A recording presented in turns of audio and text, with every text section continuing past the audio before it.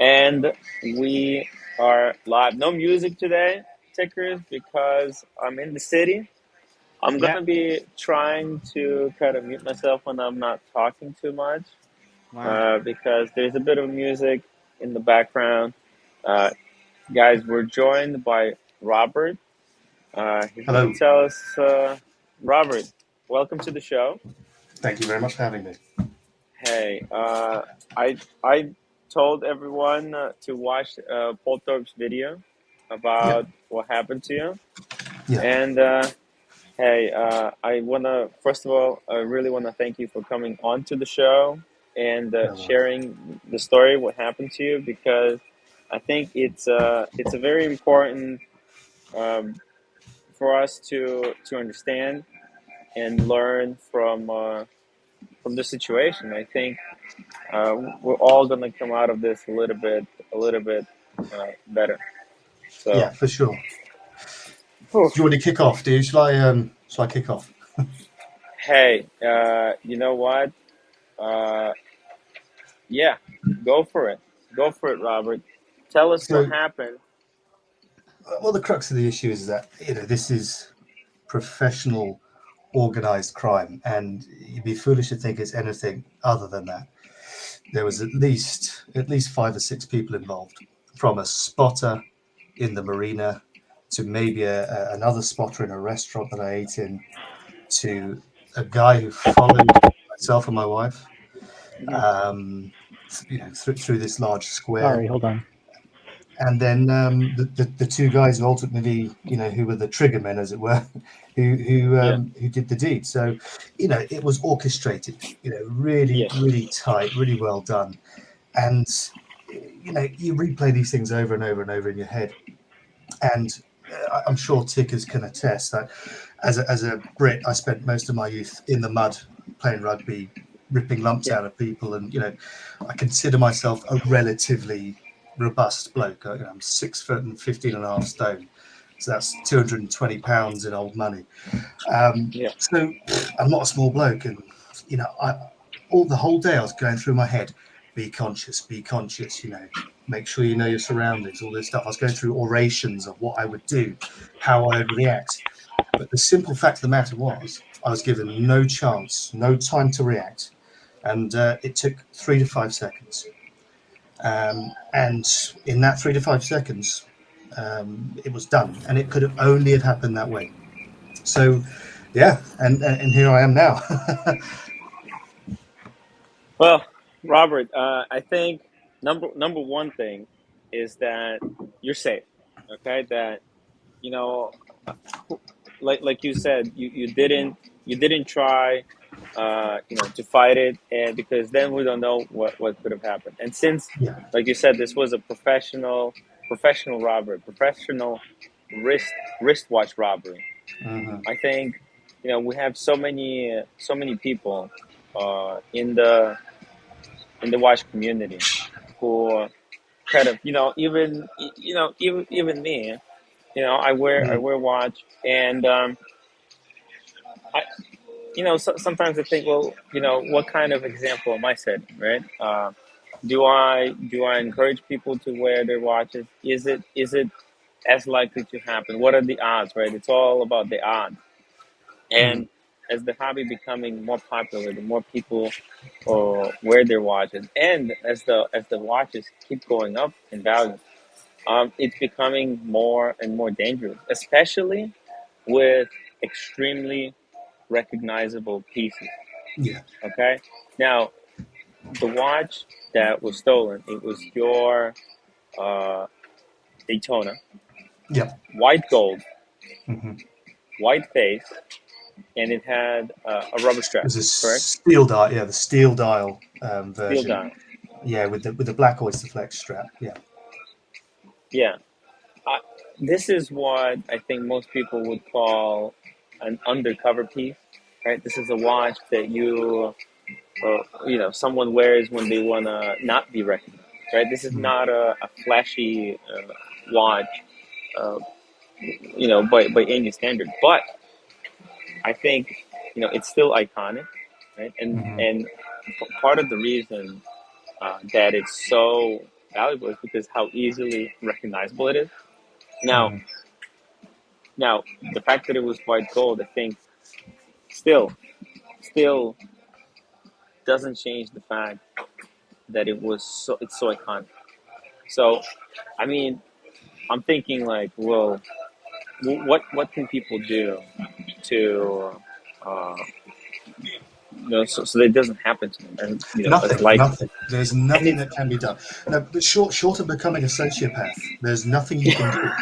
Honestly, because listen, as I said yeah, to you, I'm very aware. I'm an aware bloke, and if I'd have yeah, seen this guy even out the corner of my yeah, eye, it would mm, have been a slightly different story. I mm, could have. There would have been punches exchanged, definitely. yeah, But the fact yeah, remains is that I didn't know whether it's little old Dorothy grandmother bumping into me, or if it's mm, one of these organized mm, professional gangs who's trying something. But the time I had to react was so brief that if I yeah, wasn't a sociopath, yeah, I just turn around and smack the guy immediately. But the fact of it remains is that there's always an element of doubt. I don't know what's happening. My brain needs time to catch up. And yeah, that 5 seconds it took me to realize the dude was out the door and he was running. So, in short, there's really nothing you can do. And I yeah. consider Have you? myself really, really aware. So another thing, like, because when you wear these more expensive pieces, do you feel that you're a little bit more hyper aware about your surroundings than when you're not wearing that kind of watch? And No, not even really. then, no. I think I have this baseline. Listen, I've Hmm. been robbed, and this isn't the first time that something like this has Hmm. happened. Not with it's the first time with a wristwatch for sure, but I've had Hmm. home invasions. I've had my car Mm. stolen. All sorts of Wow. crazy stuff goes on. So, I'm Wow. security conscious, Yes. and the last incident that happened to me, it ate me up inside. Yes. Not only did they steal material Yes. goods from me, they stole a bit of a bit of me, and it Yeah. really had an effect. And with this Daytona now being pinched, I really Yeah. haven't let it get under my skin. I'm like, listen, it's Mm. a redistribution of wealth.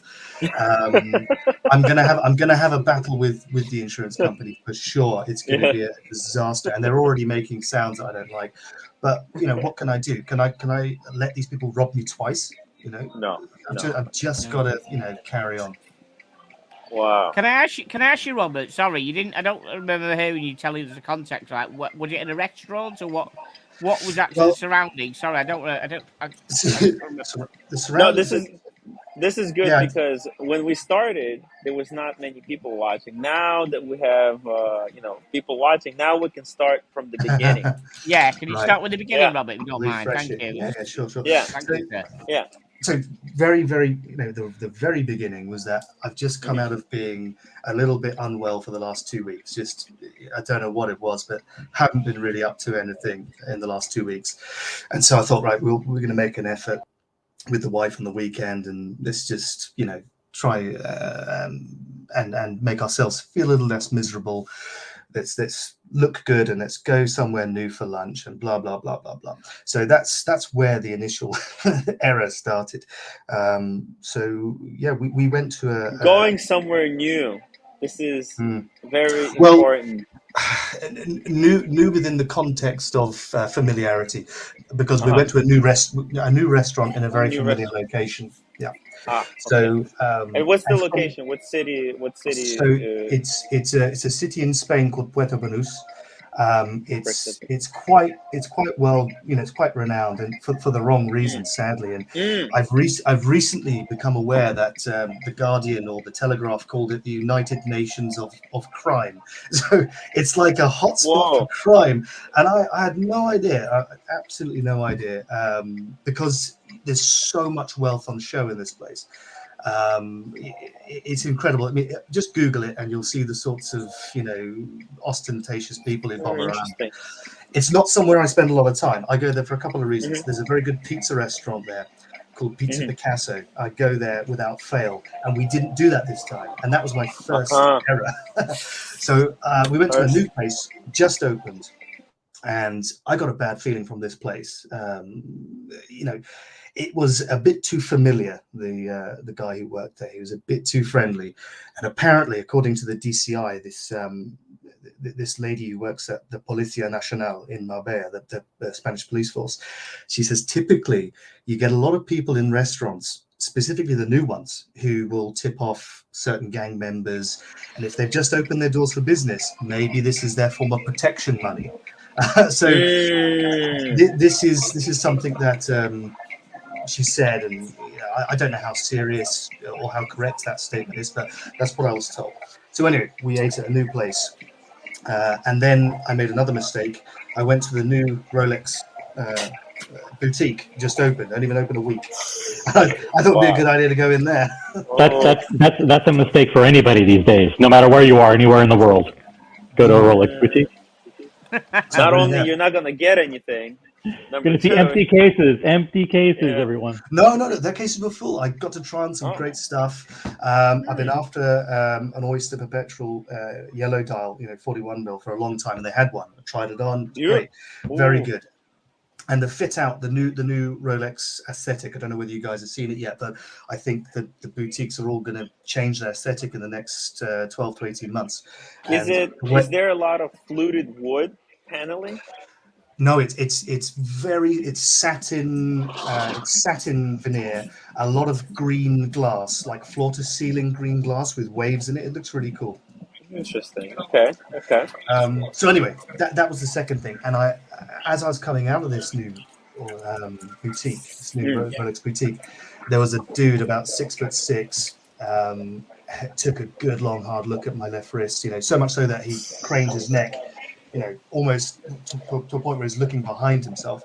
Because he was at the boutique. He was just outside. He was just outside. We were walking up the high street again now. Up the marina again, and we crossed paths.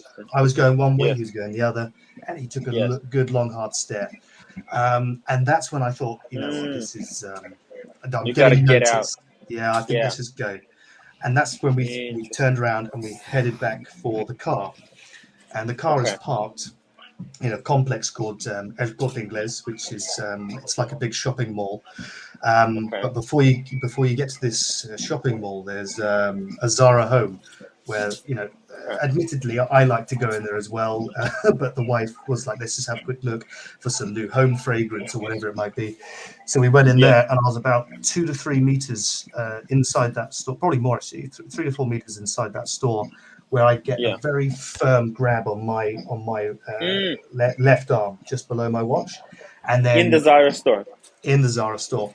And I didn't know what was happening. I was fiddling with my mask at the time, up by my head. I thought maybe a security guard was like, because COVID in Spain is a different thing to the UK and the US. They're really still quite hot on it. So I didn't know whether I made a mistake, whether I'd upset someone. No idea what I did. I thought I was getting chucked out by a security guard, but then when I heard this really satisfying clicking noise, I realized that this dude has ripped my watch off my wrist, and my wife is screaming, like shouting like a bricklayer. She's really sort of shouting at this guy. She's out the door before I even turned around, and my wife is like 8 stone soaking wet. Like I don't know what she thought she could have done, but she's a tiny woman. But she was a pit bull at the time. She went after this dude, and I wouldn't have been able to chase him down, because when I saw her running out, I thought, don't know what's happening. I'm going to follow her. Ran across traffic. Didn't really care at the time of looking to see if there's any cars coming. Ran across traffic, trying to chase this guy down. And I would have chased him down. Definitely, I would have got him if it wasn't for a waiting scooter. There's a moped there with a rider waiting. And then they just took off down the street. Yeah. So very organized, very, very organized. Yeah, if I can add a couple of comments. First of all, Robert, very, very sorry to hear that this happened to you. Terrible situation, and I can only imagine how emotionally draining it is, to have to go through something like that. So, Tim, to your point, I mean, Rolex models these days, whether you're wearing a Submariner or a GMT or a Daytona or a Date 8, they're super recognizable.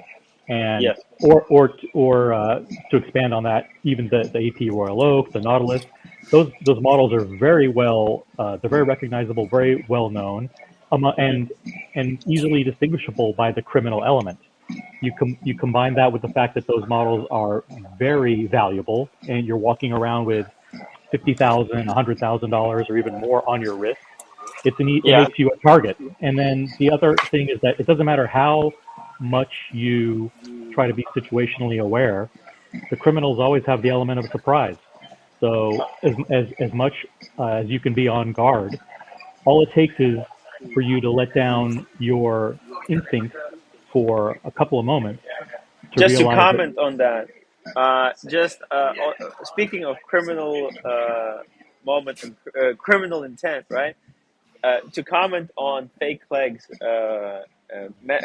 comment here, you notice a man notice your wristwatch and you didn't hit the warning. The problem is that you're always, I think, in my opinion, for example, you're always unsure whether someone is checking out your watch because they want to pinch it, or whether someone, like Admiring it. I Yeah. look like a criminal element right now, wearing this Adidas suit and having a shaved head. Now I love watches. I always be craning my neck, trying to check out people's watches, not because I want to rob them, You but like because it. I appreciate fine watches. Yeah. So, Yeah.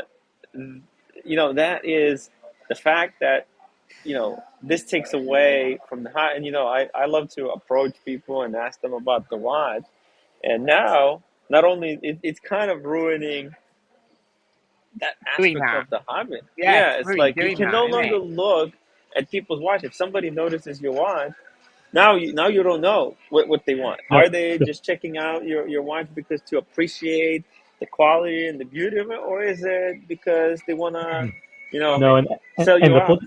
the flip side of that, Tim, is that let's be honest with ourselves, and that one of the Mm, reasons that we wear nice watches, of course we mm, wear them for ourselves, and it makes us feel yeah. good, and it's a piece of art on the wrist, blah blah blah. All that stuff aside, the other reason Hmm. why we're wearing nice watches is to do social signaling, and we're there to Yeah. show them off.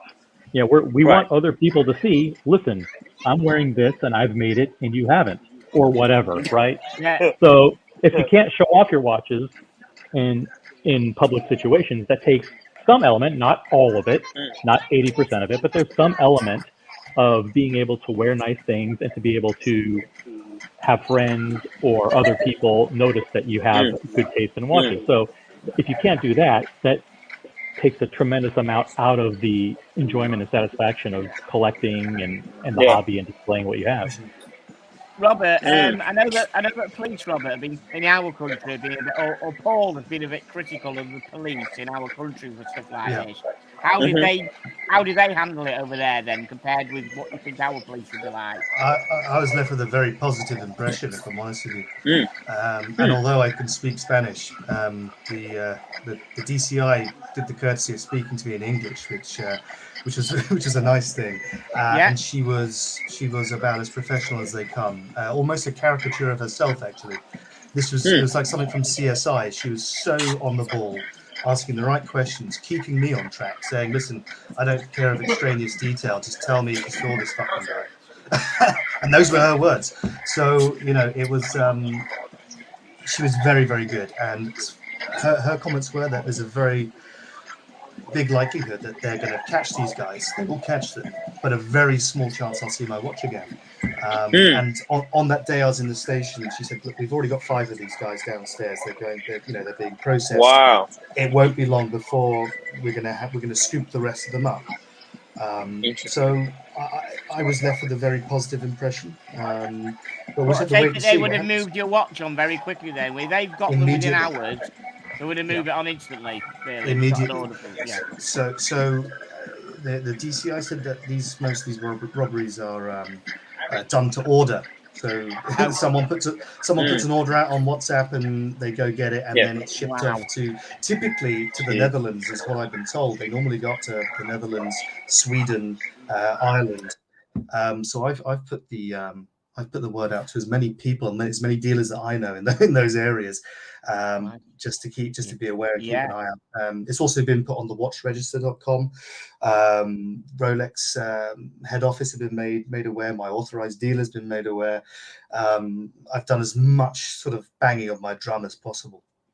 Wow, you have. Yeah, you have. I mean, you've done a lot. You've done a lot. I mean, it's really bad to think that you know, they've caught the guys within a couple of hours, but you won't get the thing back. That's really bad. No. Yeah, I mean, the gang is composed of it's a multinational gang. So typically, the foot soldiers, the trigger men, are Bulgarian or Romanian gangs who they transit the country quite frequently. They could be in the south of Spain, you know, on the day that I got robbed, and they can be up in Madrid or the north of Spain, you know, San Sebastian, the next day. So they've got this high migration rate to evade capture effectively. But then you've got the managers of these trigger men who are a little bit more local, and then obviously you've got the kingpins who are hidden away somewhere out of sight. But there's definitely a top-down hierarchy in this, and it's something that the Policia Nacional are really trying to unpick, because it's organized crime. And you don't know what, you know, where the proceeds of a watch theft goes to. Human trafficking, terrorism, who knows what happens. Wow. it's like, you know, there's the positives of a watch, that it is a kind of a bit of an off-ledger asset, but then at the same time, right, the fact that it's kind of easy, it's so easy to move so much value. It makes it very, very, very dangerous. Yeah, it's not like a car, is it? Where you got to hide a car. You can just like, Yeah, you know, give man, it to you can somebody put who's it. flying away, put it in the pocket, done. You can put it in the mailbox, put the label on, and it's gone. Yeah. Are there any words But of wisdom or lessons you feel you'd like to share Yeah, to definitely. those who are watching? And I think it doesn't matter how big or tough or scary or aware or all those other words that you think you might maybe as a person. The way that this crime works is they catch you in those 3 to 5 seconds where you have no defense, and you can't defend what you don't see coming. So, like I say, without becoming a sociopath or becoming an incredibly violent person, you know, I still want to have a relationship with the world, and I can't do that if I'm too frightened to do things. So you've just got to, you know, if you get a feeling, you've got to take your watch off and put it in your pocket, or just wear a Casio. Like I always wear a bloody Casio. I don't know why I didn't that. Well, I know why I didn't that day, because I was feeling a bit shitty. But there we go. You can't prepare is the take home. No, I said a friend tonight. Why can't you know? It's really sad in this day and age. You can't wear a nice watch. You don't want an expensive watch to stick it in a safe all day just for the money angle. You know, you might be one to wear it. You know, so why can't you just wear it? You know, like it's horrible. Well, listen, I still wear a nice watch at the golf club. You know, in a member's situation where you know the people, there's private security, all that stuff. Then you can do that.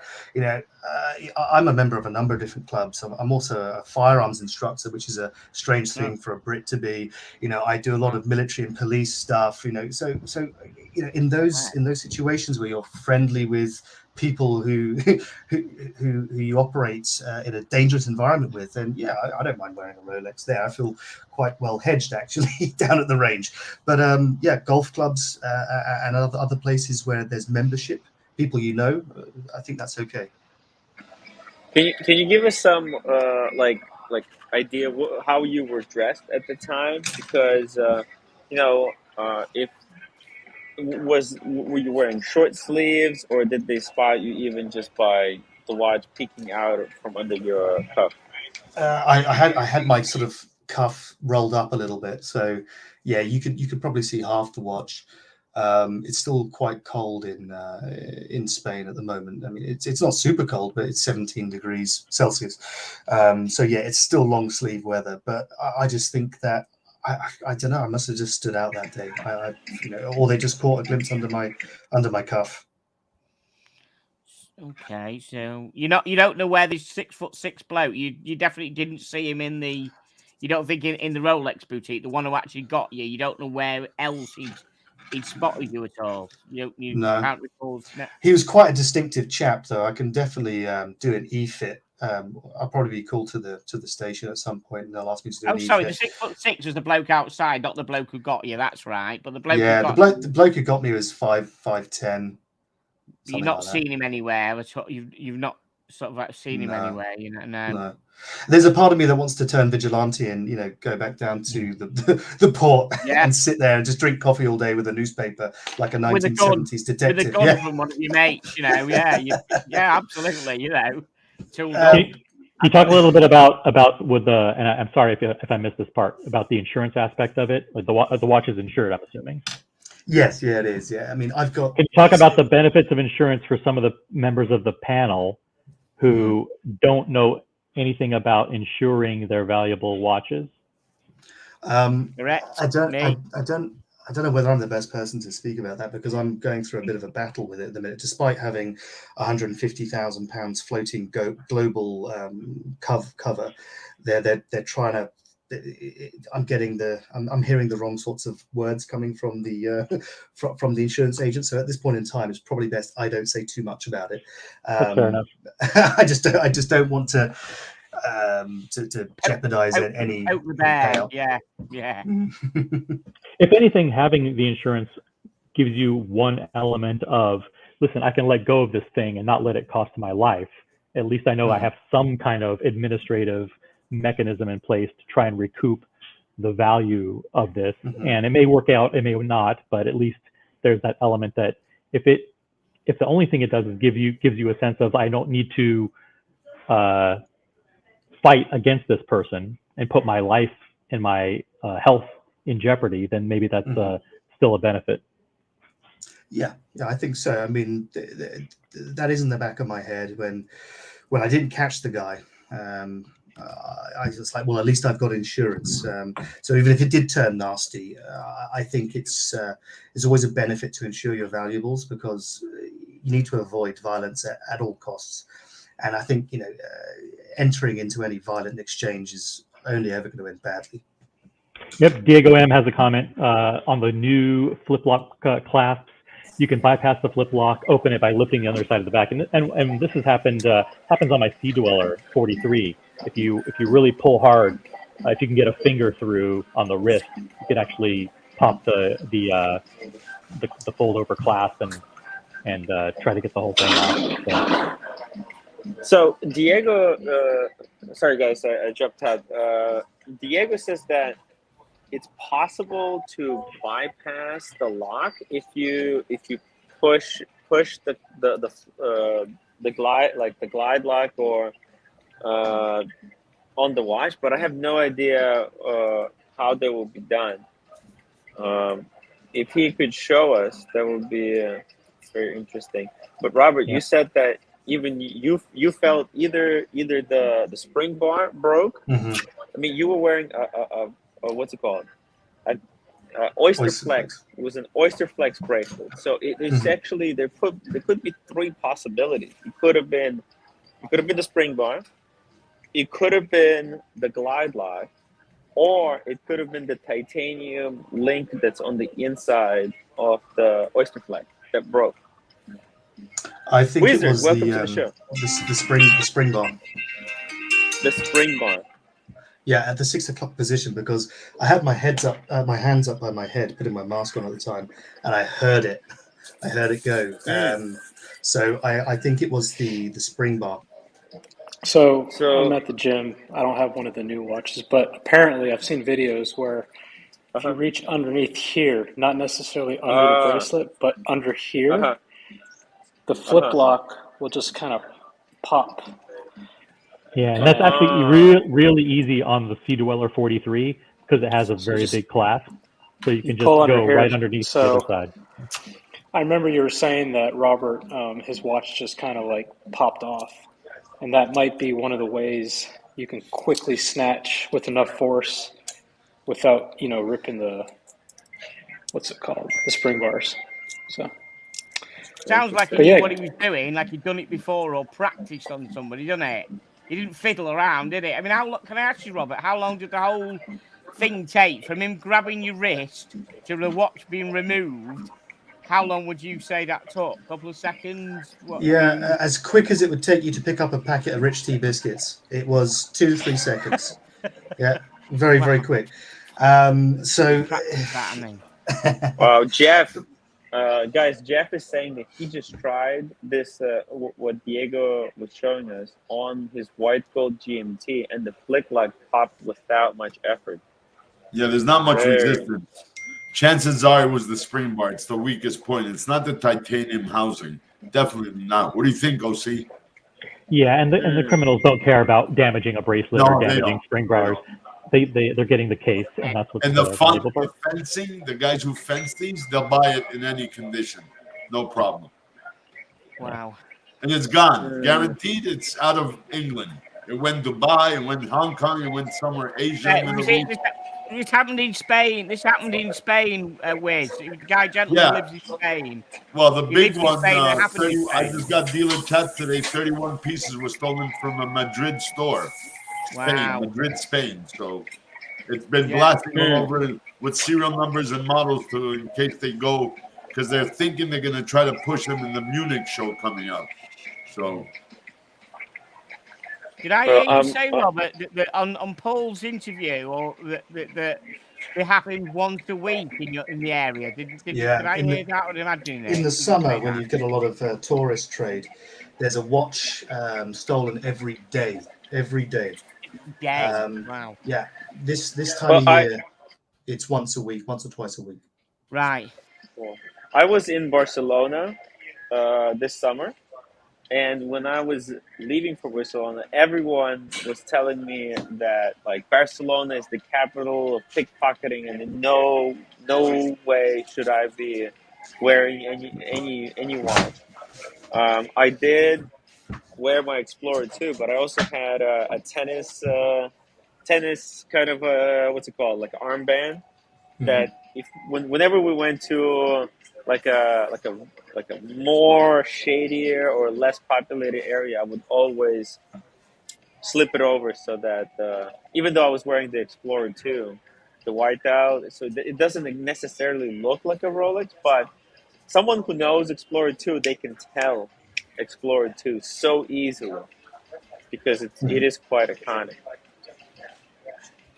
I don't think there's any ambiguity over whether these people recognize any sort of watch. I think they know what they're looking for. They can spot a Daytona or Explorer 2 or Explorer 1 or a 50s bubble back from 200 yards. They know what they're doing. They're drilled in it. They have to be drilled in it, because how can this dude sneak up on me in that 2 seconds where I put my mask on? Considering all of the stuff that I try and practice myself in terms of safety and awareness, they know what they're doing. It's a professional outfit. If you said it was just poking out your sleeve, then it sounds to me as if you said that the waiter, the guy in the restaurant was tipped up. Was there a situation where it was on show in the restaurant in front of the person? Yeah, it would have been. If I'm eating, I normally just sort of sleeves up. Right. Yeah. So he's had a look. Yeah. He knows what it is, because if he's popping out your sleeve, I mean, you've got to be. You've got to be really quick to know exactly what that is. I mean, it sounds like he tipped off. This guy coming out of here has got this watch on. I've seen it from so many inches away. Could have showed him his food, Yeah. Yeah, but T, I know you're not trying to imply this, but the whole notion that we should wear our watches, but we have to cover them up 100% of the time in order to feel safe is not plausible. I know it's exactly true. But Robert said he thinks that the new restaurant he went to, I think he said this before you came on, that he thinks that the guy in the restaurant may have had something to do with it. Well, it was the DCI at the Policia Nacional. This is some of her theory, is that, listen, if this is a new restaurant that's just popped up in a very busy, very competitive marina, then maybe someone's putting pressure on him for protection or whatever it might. I don't know how it works, but this is what the police said to me, is that maybe he is being given pressure to tip off people who come into his restaurant to if they're wearing nice bits of kit. So maybe that could be a possibility. I'm not saying that it is, but this is some of the theory that the police are investigating. So Jeff and Diego, they're talking about that apparently this function for the watch to come off when it's locked could be by design, because apparently it comes off very easy if you know where to pull. Where I think, guys, if you have the newer model Rolex, Try to give it a try. OC, give it a try. Unfortunately, I don't have. I'm wearing the Omega today, so because it's Speedy Tuesday. Speedy I'll be right back. Tuesday, everybody, I'm wearing a Speedy Tuesday. CB $5 super chat. Wizard, how can a gray market dealer be sure not to end up with a stolen watch? Lots of trades are done with no papers. Very few of us buy them without papers, only from dealers that we know we can trace back or clients. 90% of the time, myself, Roman, Eric, we don't buy without papers. We don't want to know. I don't care about the box, but I care about the papers of the card. So if someone there's no more registry. Remember, Paul Thorpe is fighting to get the stolen registry back from Rolex to put it online. Yeah, they won't do it. Paul Thorpe is the fighter. He's fighting for it, but they took it down and never put it up again. They don't want to have any implications. Oh, I checked on Rolex's site. All right, the court says, well, let's bring somebody from Rolex down here to confirm it. So Rolex says, I don't want to spend the time, money, effort to send somebody to court to testify. So they don't want to get subpoenaed. Interesting. So if someone contacted you on Instagram trying to sell you a Rolex watch, like a Seawell with no papers? Any watch. Any I won't watch. buy anything old, vintage, real vintage, 50s, 40s, new, neo-classical. I don't buy nothing unless you're my client. Like I know you. I know OC. You guys are family. If you tell me I got a watch I'm selling is not stolen, fine. I give you a paper, an affidavit. You sign that you sold it legally to me, and that's it. If I don't know you, sorry, I don't buy them. Try the pawn shop. You want to put me full screen, Tim? Yeah, one second. Air King Ben, thank you, Robert. Sorry. Air King Ben, $5 super chat. Thank you, Robert, for coming on and sharing your story. You are right too. You're right on the having insurance, even just for peace of mind. It's worth having. Tim. Ooh. Thank you, Air King Ben. Let's see here. I'll get it. I'll get it someday. As I'm wearing a Sea Dweller 43. Yeah. And so here's the flip-flop clasp right here. If I pull from the opposite end and put my fingernail underneath the other side of the clasp and yank it, it's basically opened at this point. So let me try it again. Don't break it. Yeah. Maybe because you're doing it at this angle. Yeah. See, but it basically comes right. Right. Yeah. Oh, interesting. Right. And he's being careful. The thief won't be as careful. He just keep tugging on it until he releases. Boom. Yeah. Also, Sea Dweller has a bigger clasp. Maybe. True. How old was the watch, Robert? I mean, how old was the watch? What was it? March 21. March 21. March. I was sure the clasp will be quite stiff then. March 21. It was not. It still had stickers on it, mate. Wow. Right. So I was thinking if it was a warm clasp and on and out, Maybe Sea Dweller doesn't come off. Don't break it. No, don't break it. That's it not won't coming break. off. Don't worry about that. That ain't doing it. That ain't happening, dude, is it? But No. Looks pretty secure. OC, he doesn't have a DJ just to try it. No, I don't. Yeah. Oh, you have better taste. We know, OC. Well, it was a Daytona, so Daytona does have a flip lock, but the flip lock's supposed to come off. The Daytona is not as strong and not as big as what he has on his hand right now. Oh, try the Pepsi. Try the Pepsi. Oh, sorry, the back row. Yeah, I don't have that here. Oh, okay. You're good. That's good to know. Oh, this is horrible. Brian says they probably practiced 1,000 times. Yeah, they sound like absolute 3 seconds. Boom! They know exactly what they're doing. I mean, look, the mechanism of how they actually took it off my wrist. The dude grabbed it with his right hand, the watch head. He took a bit of my skin with it as well, probably under his fingernail. But he just clawed it off, and his body mass was way behind him. So he was leaving this thing off of my wrist. How many were there? Just the one guy, and then a guy waiting on a moped outside. I would have fucking pounded him out, man. I would have stabbed him. Yeah, believe me too. But I would have chased him down. But he was a meter or two ahead of me, and then he just did a cowboy hop onto this moped that was waiting, and he was gone. And I can't run at 50 miles an hour. You know, I wish I could. No. Yeah. But I would have chased him down. Believe me, I'd have chased this guy I must down. admit, if you've got your left hand above your head and like that forced backwards, you can't really, you can't turn mobiles. You can't get him either way, can you? He's on the shoulder. It's an awkward position to be in. I both hands by my head. Yeah. Yeah. Your hand was there ready for him. You didn't even have to pull your hand down from down below your waist. No. It was up putting your mask on. It was halfway there already. On a plate for him. On a plate. Yeah. And what they do in New York City is they have either a bartender or a waiter or somebody signal or text to a waiting team when you exit the restaurant and you're walking down the street. 3 guys in a Mercedes will pull up right next to you. 3 guys will hop out. One will put a gun to your head. Another one will grab your left arm, and another one will grab the watch off of your wrist, and then they're boom back in the car, in 15 seconds. So. That's crazy. That is crazy. Over in England, well, obviously it happens. I mean, but wow. And in England, you're not allowed to get a carry permit, are you? No. Pistols, you can't carry anything. Section You can't carry 5 anything more than a firearms. 3-inch knife, and you can't carry a gun. You fuck, yeah. No. It's I mean, horrible. chances are in England, if you try to do something to the person that's robbing you, you're going to get in more trouble than the robber. What's the laws in Spain regarding any kind of self-carrying? Have you got anything like that? Are you allowed that? No, I mean, it's all European directive.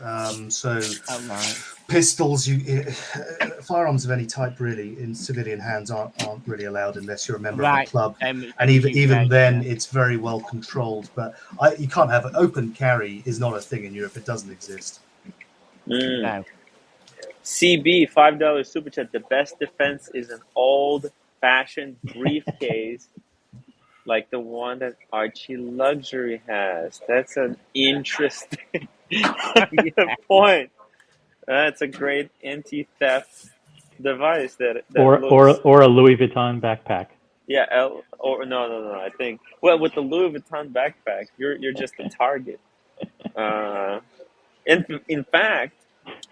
The thing is, those Louis Vuitton backpacks, I didn't know, but they're expensive. They're actually new, they're same price as the briefcase on the gray market.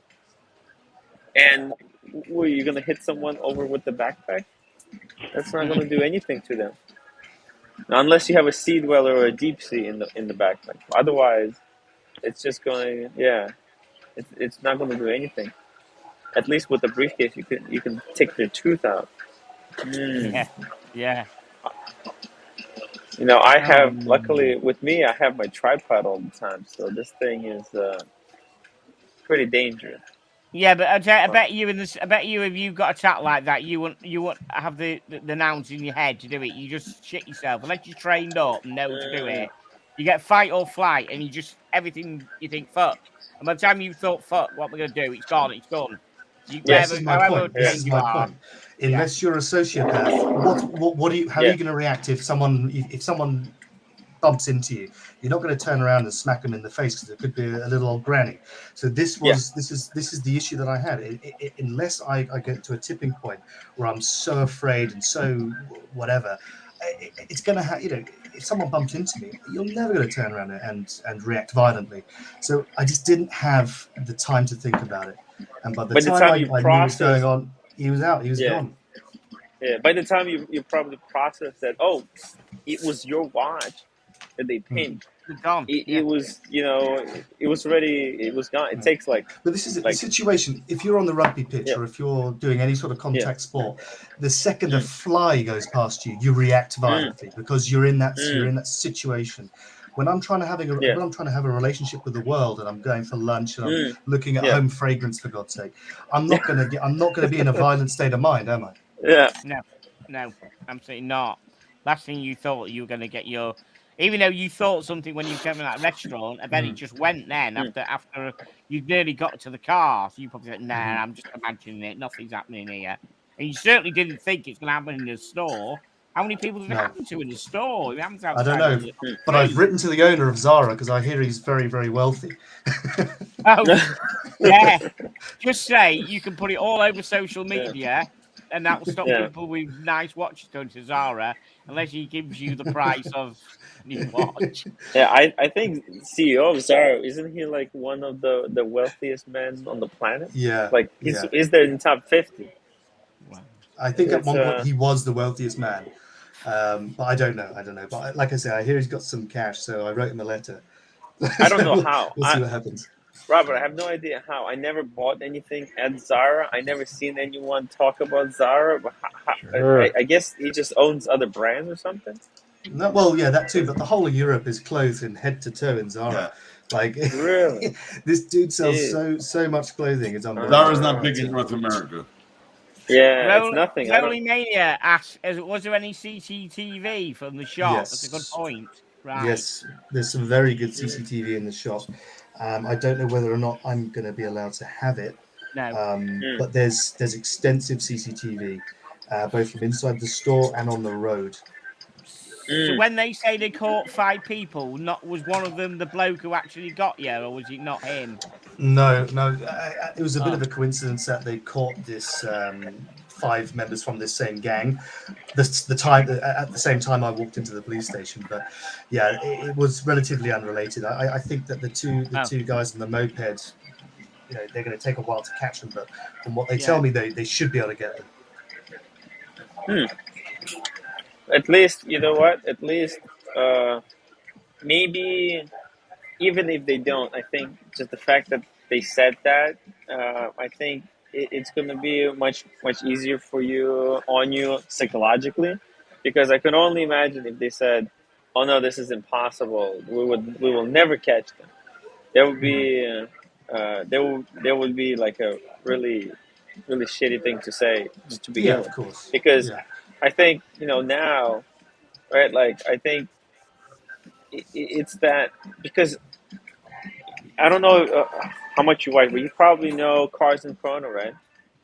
Mm-hmm. And yeah, because he talks about being robbed earlier in his life and how that affected him, and even by this day. And he actually sold a lot of his watches because of the prevalence, and he doesn't want that to happen to him again, and he doesn't want to take those chances. So, I mean, can you tell us a little bit about like what's going through your head? You commented a little bit that. I mean, look, naturally, when I'm asleep, it's bliss, and the first thing I think about when I wake up in the morning is, oh my, yeah, that happened, and then it kind of sticks around with me. But I this happened on Saturday. It's now Tuesday, so it's still pretty fresh. But I'm determined not to let it. I don't want to be robbed twice by it. Like I say, he's this guy's nicked my watch. He's not going to nick my sense of self-worth or any of my confidence. I'm not going to let it happen. So I just got to keep doing the sorts of things that I always do and just carry on. But yeah, it takes a toll. It definitely takes a toll. But as I keep going back to the same comment, if you want to have a relationship with the world, you can't be a sociopath. You've got to be just take things on face value. And it sounds cliche and just really pathetic and cheesy, but there's no other way to look at it. What am I going to do? Is sit in a corner and cry all day long? I mean, I feel like it sometimes, but what am I going to do? I've got to carry on. Has this put you off buying another expensive watch? I mean, are you going to replace this watch? And are you going to buy another one when you've done it? The good thing that's happened out of this is that I've had a lot of sympathy from a lot of authorized dealers. So yeah, I'm going to have a replacement at some point. I don't know when and I don't know where, but it hasn't put me off. No. Right. Okay. So did it take you a lot? I mean, did you order this watch? Did they have it on the shelf, or did you have to order it and wait 9-10 months, whatever? Well, I can't remember how long it took, but I said that I wanted one of these watches to my authorized dealer, and then I don't know, a couple of months later, it's come in. You come pick it up. Whether they would replace it quicker because of that, whether you'd jump the queue for you because of what had happened, or you'd have to wait at the back of the queue again. No, I don't expect to have any preferential treatment, but If I want something different, then I'm sure that they may take a bit of a more lenient approach in terms of the list that they keep. I don't know, but it's their prerogative. Ultimately, they're business owners, and if they like me and if they feel sorry enough for me, then it's their decision, isn't it? Of course, yes, Oh. that's it. Of course. How long ago did you get that watch? Sorry. March 2021, so almost a year. And have you spent any significant amount of time with it that you felt do you have any like super emotional attachment to it that would make it irreplaceable? Was it have you had it on some events or? No, not really. I mean, look, I don't discount sentimentality. I mean, there's things that mean a lot to me. I've got other pieces that mean a lot to me. But typically, I try not to get too emotionally attached to inanimate objects. And then we've all got to realize that we're floating on a rock in the middle of infinity, and a gold watch really is very insignificant. So no is my answer. I've got no real emotion towards it. Okay. Yeah, because that would have been even worse. Yeah. I mean, look, but there may be a bit of a lie in what I've just said, because I liked that watch. I liked everything about it. I bought it for a reason. It represented my values. It was to commemorate a milestone at work. All the normal, bullshit. Yeah, listen. But am I going to, sit outside, howling at the moon, crying my eyes out over it? No. No, at least it could have gone really bad, really, really bad, like that person in London a couple of months ago, all reported, where the bloke came out and he had a fight with him and he beat his wife up. I mean, it's a horrible thing, but you both were unhurt. You know what I mean? It might have turned out wrong if you got hold of him and he was still in the store and your wife tried to kick shit out of him because she sounded like she was wanted to. It could have happened really bad then. But she's terrifying. So you just got to think that yes, it's horrible, but you both are survived without anything, any damage to yourself. You've got to look at that, Yeah. Because it's the thing. Material good, they can be replaced. Yeah. But that day after we went through all the rigmarole of going to police stations, and I had to go to a clinic as well because I have some superficial grazes and whatnot, and the police wanted me to get that checked out by a doctor to be sterilized, but also if it comes to court they can then prove that it's an aggravated assault. But anyway, after all that was done that day, I went back home. I sat in my living room, had all my pets around me. I had a nice meal. I had a scotch and I had a cigar, and I was like, well, really, this is what matters, isn't it? This is what matters. Listen, so you know what? Those guys, even though, I think you were able to go back home and drink and have a cigar. Those guys, they're freaking out because they got police on their ass. Okay, then they're probably struggling to move this thing. They, the kind of stress that they're going through. You know what? Even though they got the watch, they're not sleeping well at night. Even as much exactly, who knows? But you're right. I mean, it's they can't steal my home life. They can't steal all the stuff that I've built up with throughout my career and the relationships that I have. They can't take that from me, and that's the shit that matters. A bit of metal strapped onto my wrist that tells time quite inaccurately doesn't matter. It doesn't matter. Yeah. I always I think imagine that these guys, after they stole the watch, they go to a restaurant, they're having drinks, they're celebrating. man. No, they're on the mobile. They're on a burner phone. They're on a burner phone trying to get rid of the Viking thing very quickly, aren't they? It's a bit rarer than the standard sub-no date. They're fucking ringing around on burner phones trying to get rid of it, while this guy's having a scotch and a cigar with his pets. Who's feeling bad now? You know what I mean? You can recover a bit of solace from that. The fact that you're right, they're probably in a squat somewhere eating a pot noodle, and I can go back home. And Yes, so exactly. you can't be too upset. Rob, I have to ask you, as you are a watch enthusiast, if you could wave a magic wand, let's say you were to get a 30,000 euro payout from the insurance company today, and you had 48 hours to spend it on a replacement, would you buy the exact same thing, or what would you buy as a replacement? So yeah, it's a good question. That's a fantastic question, because this is in my inner monologue. I've been having the conversation with myself in a bit of a schizophrenic way. But yeah, definitely, I'd get the exact same model, but with one change. I just have the meteorite dial, because the meteorite version of my watch came out like 3 weeks after I bought it.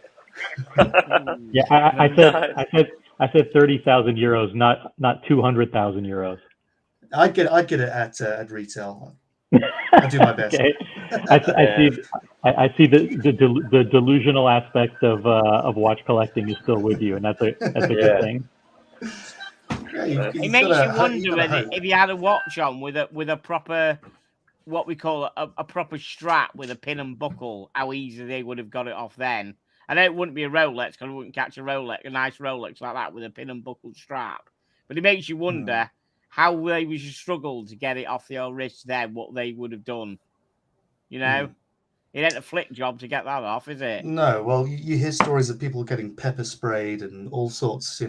I think the ease of which that watch came off my wrist was incredible. It was literally gave no resistance. He just managed to get a couple of his ratty fingers behind the watch head, tugged it, and it flew off.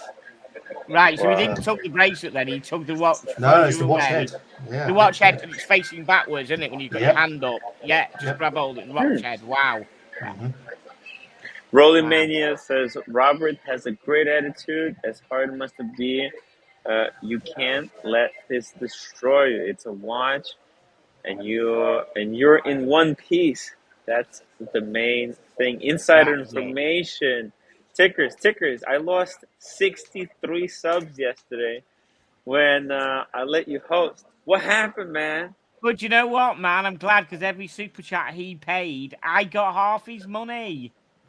So we can, Paul Vic says super chats are way down. That Tim is back. Yeah, well, it's also a depressing subject. It's not a. I know. Well, this is very interesting. It's not. It's reality show, isn't it? This is reality. Yeah. This is one of the best shows we've done, unfortunately, because it's reality. It's no it's a reality show. Yeah. Exactly. And if Robert's story can save one person in the community from having 100%. This shit done because of what he's learned, from what Robert tells us, then he's done a fantastic job. Exactly. So we'll all go to London. We'll all go to London for the London Watch Show. And Robert, are you going to the London Watch Show? Yeah, why not? You are? Nice. Yeah, I probably will do. Yeah, I mean, I want to do a few more of these events. Well, me and Timbo and a lot of the community are going. And obviously, Paul's going and Spencer's going. So obviously, come and say hello, guys. Yeah, I'll be there for the weekend. Yeah. Oh, that's great. Yeah, I certainly will do that. Excellent. Brilliant. I'm really glad to hear that. René de la Pons, Robert, thank you for sharing the story. I consider it a very serious warning, and will act differently from now on. 100%, guys. 100%. And I'm actually I'm thinking about something as well. I think about something as well. I might make a product to push on the community. Russell, welcome to the show. Yeah. Wow. You know what? Robert, I also would love someday to get that Daytona meteorite dial. That thing is amazing. Yeah, it's very nice. It's a very nice thing. Meteorite dial, huh? Yeah. I was offered one today from somebody in Holland, $88,800 plus shipping. 88,000?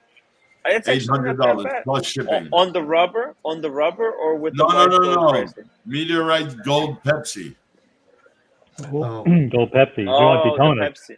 We want meteorite Daytona. Sorry. Yeah, there's nothing below 100 plus, 120, 130. Meteorite Wow. Daytonas don't even come close. Even on rubber, it's over 100. Wow. I'm talking about Oh. Meteorite Pepsi, white gold. Full set, box, brand new, never worn, partially stickered. Interesting. Oof, guys, I mean, this hobby is not easy. Not only you can get robbed on the gray market, you can sell your watch at the wrong price. You can also get robbed in real life. I mean, I don't know what to tell you guys. Matt H, if you only could, super chat the watch thieves prison sentence. I super chat for extra 5 years. Hard labor.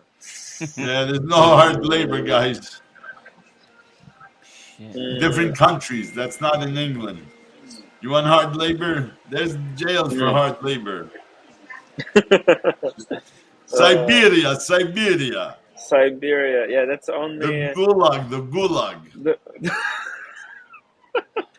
So Kenny W said, I live in London. Believe me when I tell you that thieves stole my flower pots from my garden and just waltzed up casually down the street like they bought them. Wow. Wow. It's not nailed down. They'll freaking have it. Yeah, I mean, with this whole COVID situation, it's I don't think it's gonna get easier because I think too many people lost their jobs, and the value of watches went up so significantly that the risk versus reward has just become too tempting for a lot. Yeah.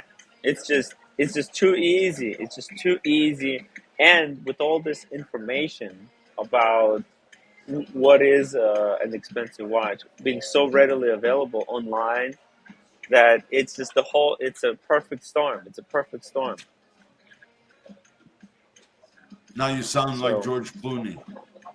Yeah. Tell him, OC. Come on, man. Back me up a little. Tell him. You know what I say? I'd rather be judged by 12 than carried by 6. Legal, illegal, carry permit, not. Fuck off. You're getting 2 bullets in you, and that's it. Lawyer, I'm lawyering up. That's it. Let the lawyer work it out. Yeah, I don't trust Tim with a Bergeon spring bar tool, let alone Glock. firearm. Yeah. Can you imagine Tim with a Glock? Fuck me dead now. Hey, I wouldn't. Yeah, I wouldn't carry a weapon personally. I think I'll just let the lady luck go with it. I mean, That's it. I have this unique position, as I said. I have some experience in firearms training. I do a lot of stuff with the MOD. I'm an MOD RCO, which is a range conducting officer. So as a Brit, I'm in a bit of a unique situation of seeing both sides of the argument. I wouldn't have shot this guy. No, I've got hands like saucepans. I would have used those, definitely. I wouldn't have shot him. I'd just pummeled him. So that's where I think I'd have got the most satisfaction. Satisfaction, of course. Robert, can I ask you what kind of line you work in, sort of thing, without being too sort of like? I work in finance. No, got you right. Got you. I won't go into any further details, but it's very boring stuff. Oh, okay. That's right. That's cool.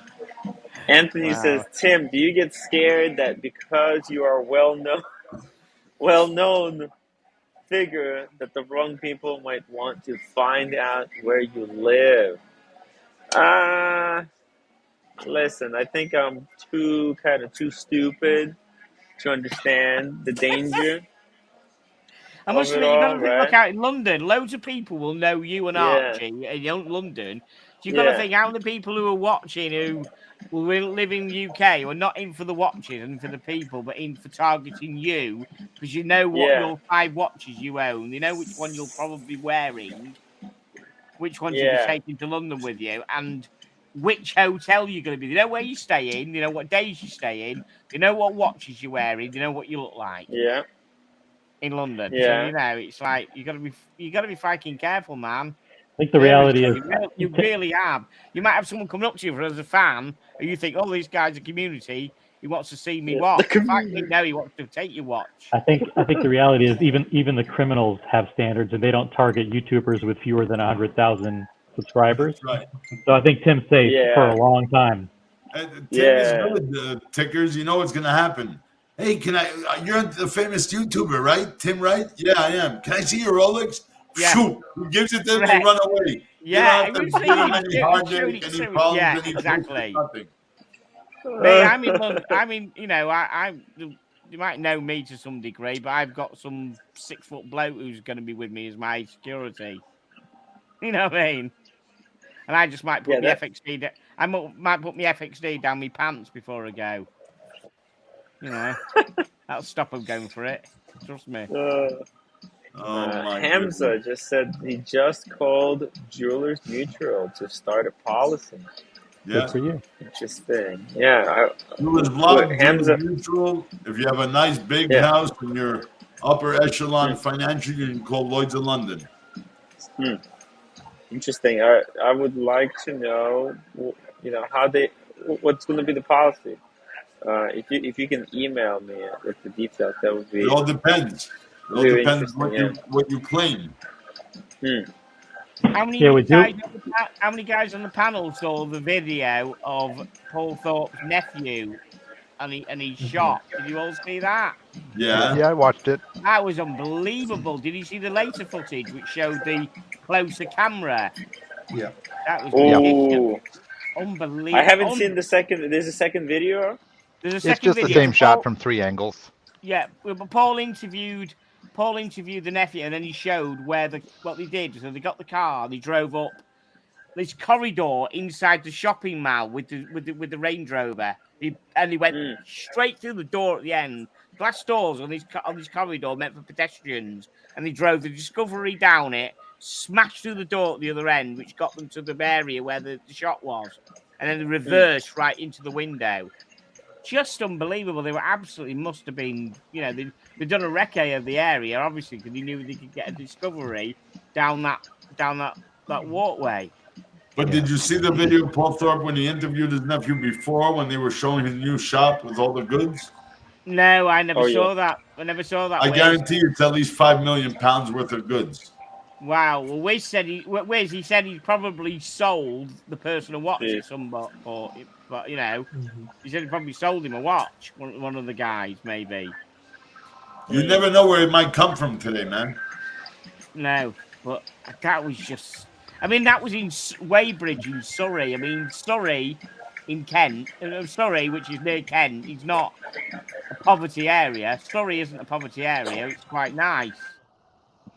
So it's not a shithole as such. So well, some of those burglars are probably going to end up dead in the streets after they had to steal 3 cars and came out with pretty much $20 in watch boxes. Yes, that's right. They came out with nothing more. I mean, did you see they had a big tow rope which they were going to try and get the drag the? Yeah, they were definitely a pro squad. I mean, they said they went in there, 6 men, knew exactly what they were doing, cool, calm, collected. I said it was a right job. They just that safe was bolted down good. So good job to AJ for doing it right. And even when you could hear the sirens, one of them was still with that crowbar, and the sirens were coming. And you think, God, on the new video today from one of the angles, you could see the blue and red flashing lights on the wall. So the police were there, and they didn't give a rat's ass. They just sat there like, oh, try it one more time. Okay, let's go. Yeah. Exactly. There's quite a funny point in that video, if you can take any joy from it, is the dude with the fire extinguisher just spraying the ground, and a few of them start slipping around, and I think that's kind of where they lost a bit of motivation. But I saw him with the fire extinguisher. On the ground. He was obviously the last minute recruit. This guy with the fire extinguisher, he had no idea what he was doing, just spraying the floor back and forth. So he walked back and forth with the fire extinguisher. What an idiot, doing, mate? Yeah, what an idiot. Yeah, no. Yeah. But it's good that they didn't. The safe stood up to the attack. attack and Yes. all that stuff. It's but they went there tooled up, ready to do a proper job. And they chased the police chased them. Apparently, never got them. The police did actually chase them. But I just the damage they did to that place. I mean, that's that business is wrecked. Yeah, he's gonna be closed for the next man. It's not just the damage to the building, but also, I mean, how it's not gonna reopen there again. I mean, I don't know what the hell's gonna happen. I mean, Paul said, didn't you have a smoke cloak? And the bloke said, well, no, because the smoke cloak would set off the fire alarms in the other buildings around him and set off the sprinklers, and it would unlock the fire exits of all the other buildings if the smoke got out. So that's why they didn't have a smoke cloak. They said they had the best scourge you could in the situation. Well, how are those? Yeah. How are those safes bolted to the wall? Then are they them big bolts that snap off? I mean, how is it? That was so good. How they didn't manage to? They managed to stop. It must be pretty good, those safes, the way they bolt them to the walls, wasn't they? I think it's to the floor. I think the bolted to the floor. Right, I see. It must be those big bolts that drill through and then they snap off so you can't get them out. Amazing. Yeah, well, no, I think they're probably epoxy. You drill a hole and epoxy it into the concrete. Is that what you did? Right. Yeah, typically. Crikey. So, yeah, unbelievable. Zaway, $3 super chat. Wear Adidas tracksuit. No one will bother you. Exactly. That's why. Yeah. That's why. And also shave your head. And nobody will assume that you're wearing a real watch anyways. Let's just think it's a fake Rolex. What's the... But then again... They won't let Tim into the boutique wearing that, but he can line up at Foot Locker. And, yeah. Right. It's so satisfying seeing that video where they didn't actually manage to get anything of any particular value at all. It was like, Man, but they sure tried their freaking best. God, they did try their best, didn't they? They really did. I mean, 6 of them. I mean, were they hoping that 6 of them could carry the safe? You know, they got it on the wall. Were they thinking that all 6 of them could pick the thing up? Maybe, you know. Yeah, I have no idea what was their end game plan, but man, it is. It didn't go well. The amount of energy, the whole thing was just big fail. Yeah. But like, even though they failed, I think in a way they kind of. I mean, there's no happy ending for that because the story is destroyed, and I think like the damage they've done with that destruction, it's fucked. It's fucked. Yeah. That's it.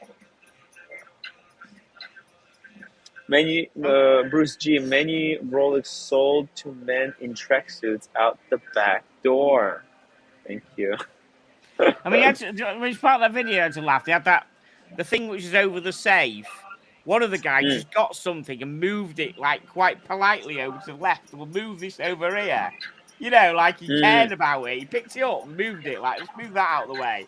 And other guys were like, fuck that. And just started smashing the counter up. Yeah. I don't mean to make light of the video, but if you want to have an entertaining time, go back and watch it. But watch when they walk in, there's like a Bosphorus case sitting on the desk over the safe. Watch what happens with that Bosphorus box the entire time. It gets moved all over. At one point, it's over here, it's over there. It falls down on the floor. They pick it up, and it's kind of hilarious to watch it. I think at the end of the day, they didn't even take it. No, but why did they just brush it off the counter and put it on the floor? Why did they pick it up and move it? That's the thing. They picked it up, they moved it. They moved it from one place to another place. It falls over, they pick it up, move it back again. You could see their plan unraveling. You know, the more funny shit they did, the more panic they became. You know, I don't know whether you guys know Morecambe and Wise. I know Tickers, you probably do, but they're a comedy duo in the UK, and parts of this video was like watching a Morecambe and Wise sketch, but with 4 other characters. They seemed a bit disorganized towards the end, and the guy with the fire extinguisher just made it for me. But was he the one moving the stuff? Was he the one moving the stuff around? The guy with the fire extinguisher? Was he the oddball? Possibly. I mean, like I say, I think they just picked this guy up on that day. They had no idea who he was. Just they needed a 6th guy, and he was useless. Yeah. The funny thing is, ironic. We're having another go. They'll be out in the next couple of days again, won't they? They would have made a few thousand if they took all the empty boxes. Yeah, they jacked the car. I mean, they jacked the Discovery 2 hours before, so they'll be out jacking another car in a few days when the heat dies down and go for another shot, won't they? One thing I'm surprised that more dealers don't employ, like they do an excellent job with the safes, with the double glass, with the security doors, with the cameras and everything, but they don't use air tags as much as I think they could. And air tags are the Apple technology where basically it connects to via Bluetooth to the nearest iPhone. So if they had an air tag in a watch box that was taken, they'd be able to track that in real time to wherever it ends up, and within 15 minutes be able to apprehend them. So that's I don't know. Assuming they all had iPhones, not Samsungs, right? Well, you gotta assume that at least one of them had an iPhone. At least one has an iPhone, right? Yeah. I mean, what I felt awful. Sorry. Here in Canada, my alarm set up that I pay big money for ADT instant response. They're guaranteed to be there within 5 minutes. So I don't know why his alarm went off and no armed security didn't show up. I'm sure there's armed security. Yeah, he said he saw it. It rang his phone because when the alarm goes off, his phone goes apeshit. Yeah, so does mine. Cameras. And he's got CCTV and he's watching on his phone at his house, them wrecking his business. And how come he didn't call the cops? He did. He was on the police on the other phone saying, "Come on, hurry up, hurry up." He was on the phone to the cops. He was. Right. So how long did it take the cops to show up? As long as that video took, which is 6 or 7 minutes or whatever. So there you go. But if you have private on security, they'll show up immediately. Yeah, I mean, in our country, I don't think he said the alarm goes straight to the cops. I think it probably. I know one of my good friends is an ex-copper. He said it would have gone to a private security company concept. Yeah, definitely. So you've got an in between, so you've got to hope that the security company are going to react quickly enough to call the cops, aren't you? Yeah, definitely, or show up first. Yes, yeah, that's correct. So it's so it took as long as the alarm went off. So at 1:45, he jumped out of bed and got on the police. So as long as the video took, plus a couple of more minutes for him to react and do it, that's how long it took for the police to get there, 8 or 9 minutes.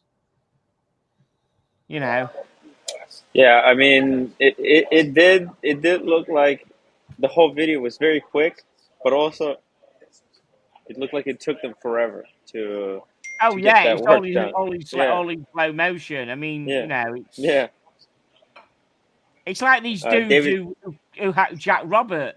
They'll be out again tonight somewhere doing it again to some, won't they? They'll be out again doing it. Oh well, business.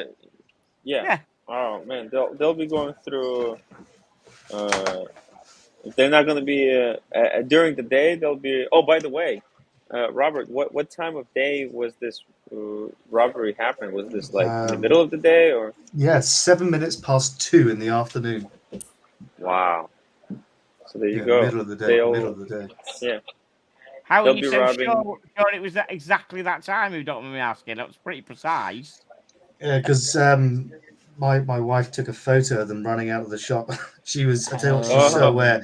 She got the matricular. Matricular is a number plate. She got the number plate of the moped, and she took a photo of that. I tell you, I mean, if I didn't know better, I thought she worked for MI5 or something, but she was bang on it. Level. She may do, mate. You don't know. They're not allowed to tell anybody. She could be an MI5 agent. Yeah, but no, she was very, very good. Actually, it'd be 6 because it's in Spain. But never mind, we're splitting hairs. But yeah, wow. Yeah. That is, that's sharp to be able to do that when all the shit happens. I think her husband's just been mugged effectively, but she managed to think to run after them and get the camera on the phone switched on and take a picture. It's unbelievable because before I knew what it was only her screaming and swearing that made me even turn around. I mean, I realized that someone had grabbed me, but she had clocked within those 3 seconds that this guy's got my watch, and she was out the door. Yeah. I was behind her, so I was running after her. I overtook her eventually, in that 20 yards or whatever, but she was so quick to react. Wow. Makes one wonder what the crime was like back in the day. I mean, now we have all this technology, but it just feels like we're not really safe at all. Oh, don't worry, Timmy, I'm safe. Yeah. Clip is full. You'll know if the wizard ever gets robbed because I'll be front page. Well, if any. Oh, by the way, I actually I was asked if I could get one of these wristwatch thieves on the show to tell us about his craft. We tried to drop the link, but I doubt I haven't had any of them show up. Yeah, I was gonna get an actor to play the role of a wristwatch thief to see how that goes. But don't do that. Get your ratings up, Tim. Well, God's sake. But I think what. I don't think it's a laughing kind of matter. No, it would be. Yeah, because I don't wanna make a light of the situation because it is a serious problem, and we don't want to encourage people to be reckless. But man, Matt H. More concrete and metal bollards outside the entrance where the steps that would have all these security precautions, guys. So they were basically saying at that shop, bollards can't be placed that close to the building due to handicap situations. As an architect, I can tell you that. But you know what? It's easy to say now, man. It's easy to say now. Yeah, it's all woulda, coulda, shoulda, everything. It's hard. It's hard. This he was in a shopping. That shop was in a shopping mall, and I don't think the shopping mall would be quite be quite impressed having these bollards and stuff outside the shop. It's like they can't have it outside the door due to fire separation and fire contingency. So right. Bollards have to be placed only usually on where you might hit a gas pipe or something to protect that. It's not meant for security like that. Right. It is an interesting you see in movies. Because we're sacrificing civil liberty for security. Before long, if we keep building our walls higher and higher with more cameras and more barbed wire, we're going to be in an Orwellian nightmare before long. So what? There is no answer. That's right. It is what it is. Yeah. Yeah. Well, if you have money and you have that kind of shop, you can always pay for 24-hour armed guard, right? You pay for a night watchman. An armed guard watchman. That's how museums do it. So it's expensive. Could you do that in Spain? What's the rule on Spain for having an armed? Well, guard? I'm sure there are armed guards in Spain. I'm sure they have brakes. Yeah. They have security, armed security. Put it this way: there's no armed guards really in England. I think with guns. Yeah, there is. You guys have G4, just like G4, all of Europe. Close protection. Yeah, you do. Oh, are they armed? Are they G4? Yeah, they are. Special license. Well, no, Russell 1996 says they're not armed in the UK. You can't. No, they're not armed. I don't think they are armed. You just don't know it. The royalty if it's G4, the biggest in Asia and Europe, they're armed. I don't think there's special details. I don't think they're allowed. It's only protecting the royal family and people like that. They are allowed to have. Do you have banks? Do you have banks in England? Yeah. Yes. Okay. Do they have pickup trucks? Armored trucks? Yeah, they don't have armed guns. Yeah, they're not they armed. have guns. I'm telling you, they are not armed in the UK. You don't understand, Wizard. They're not allowed. The shit. We're not allowed any guns at all. It's a zero. You can't even have anything more than a 3-inch knife. You are not allowed. There is no. Not even like a professional security guard. You're not allowed Just- professional armed security. You're really not. I promise you, in this country, you're not I'm allowed. just reading about it. I'm just reading about it. Sure, you're not. Mm-hmm. Doesn't look like it. No, they're really honest, mate. They're really not in this country. Where with America, it's taken for granted. In this country, it is absolutely zero tolerance to it. They have to wait for the next. You have ARV, which is the armed response vehicle, which is the police. But if you have any problems where there's weapons being used by the bad guy, you have to call the police. You have to scramble the armed response vehicle. Yeah. Now they are police and they are armed. You have to wait for them. You're really not. The security guards are not armed in this country unless they are police protection. Close protection officers are allowed. The firearms legislation in the UK, small arms pistols are classified as Section 5 firearms, and they were banned in I think 1996 after a school incident. So I think after then, pistols are just absolutely not cricket in the UK, and for private security, I think that applies. But for armed response police, yeah, definitely, I think they have pistols and carbines and so on and so forth. But you can't just employ outside a shop. You can't just go and hire an armed guard outside a normal jeweler's like the other night. That is not allowed. I said obviously banks may have allowed to have them protection inside or something. Not that I know of, but certainly not a normal jeweler's. If it's a Bank of England, because it's the Queen's money, because everyone says that the Queen owns every bit of money you own, maybe. But certainly not a standard. Jay Grayswood, your tea has gone stale. Check your facts. I know my facts, mate. I live over here. You are not allowed to have an armed guard in a standard shop, because there's nothing special about that shop that got robbed than any other watch shop. The guy standing outside Swatches of Switzerland there, he's not armed. He's a standard bloke, just stand there. He's not unarmed, but no weapons at all on him. Just not allowed. You know, it's just, you know, you could say God for that. Yeah, we just don't have that culture over here. I tell you, okay. You know what? I gotta tell you guys, I don't think like the guns is the answer. No, it's not the answer. No. Yeah, like I wouldn't want to live a life where I always have to carry a gun with me. Like, oh, you carry the watch, and now to carry the watch, you also have to carry a gun. And also, not because like I don't like guns or whatever. I just like I don't like carrying extra shit. You know, it's heavy. Like, yeah. You know, I got camera and I have enough shit to carry as it is. And without carrying a Glock 17 in your waistband, yeah.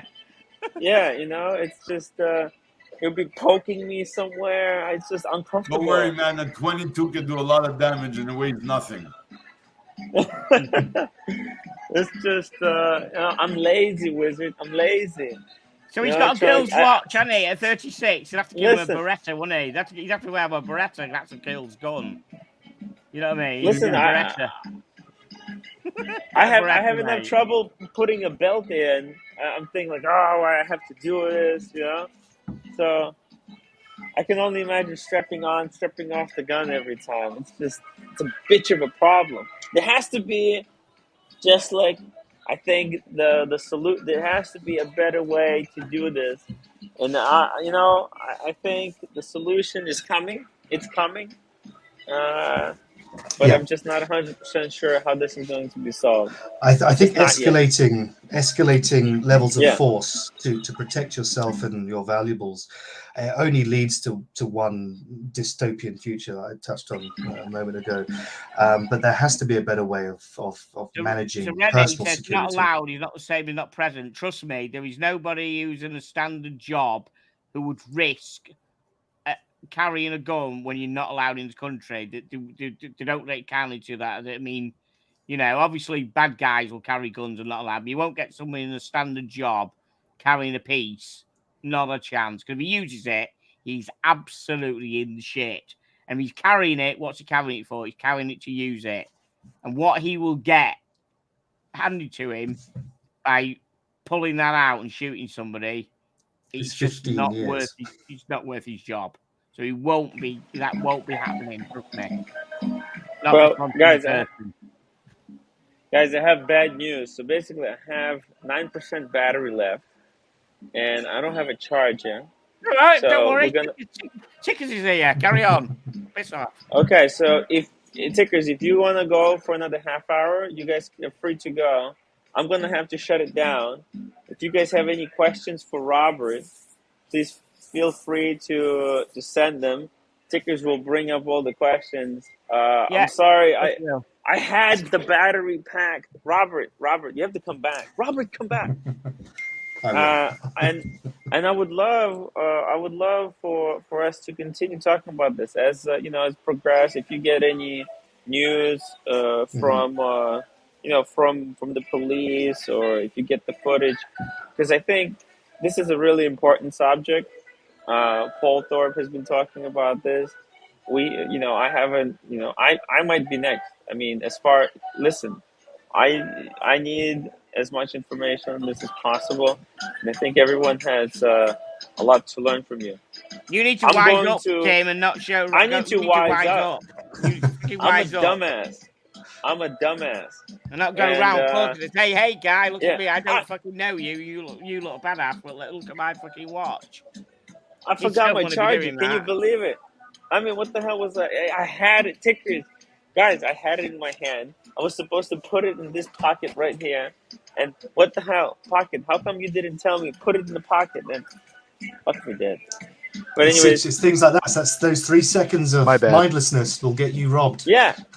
30 seconds. I got distracted for like literally for 10 seconds. I had it in my hand. I got distracted. And then that's it. I left, and it was gone. Just like you. You were putting on a mask. Pay out. The insurance will never pay out for you because it's on a live stream. What you were doing, so you can't make up a story because someone will dig out and say, "Hang on a minute, we've got video footage of how he was robbed." Yeah. Okay, so I'm going to pull this up here. I need to. Okay, Anthony, so that's it, guys. I'm leaving. Yeah. Tickers, you got another half hour, and I'll see you guys tomorrow. Yeah, I'm not in tomorrow. I'll be here Thursday. I'm not in tomorrow. I'm going to a gig. Go to a gig. I'll be covering tomorrow. You cover tomorrow. I'll see you Thursday. Tim, be safe. Be safe on the streets of New York. Yeah. Yeah. Be safe. Dude. See you later. I'll be careful, guys. Bye.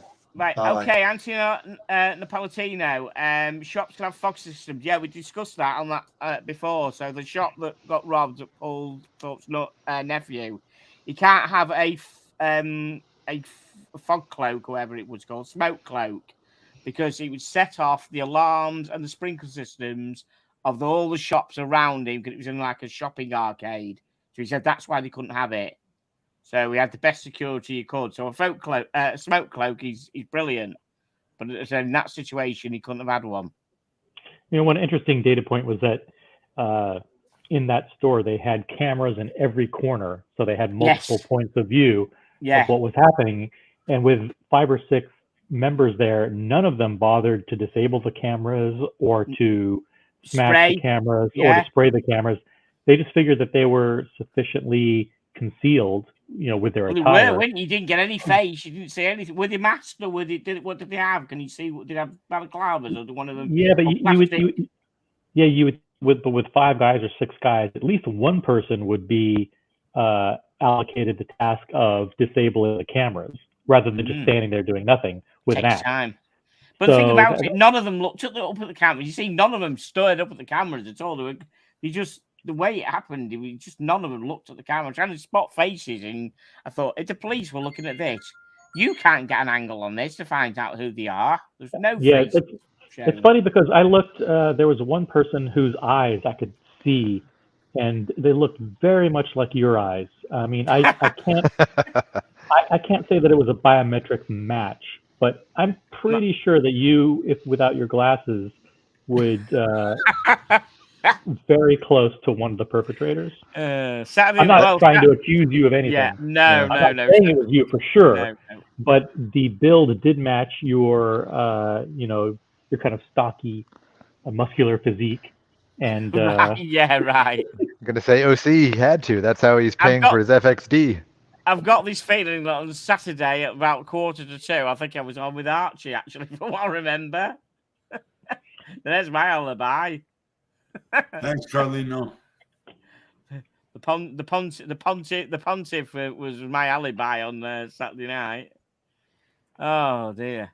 What kind of, if you don't mind sharing, Wizard, what kind of security countermeasures do you have? Do you have any that are unconventional or that are interesting that would just be fun for us to know about? Cameras, on response.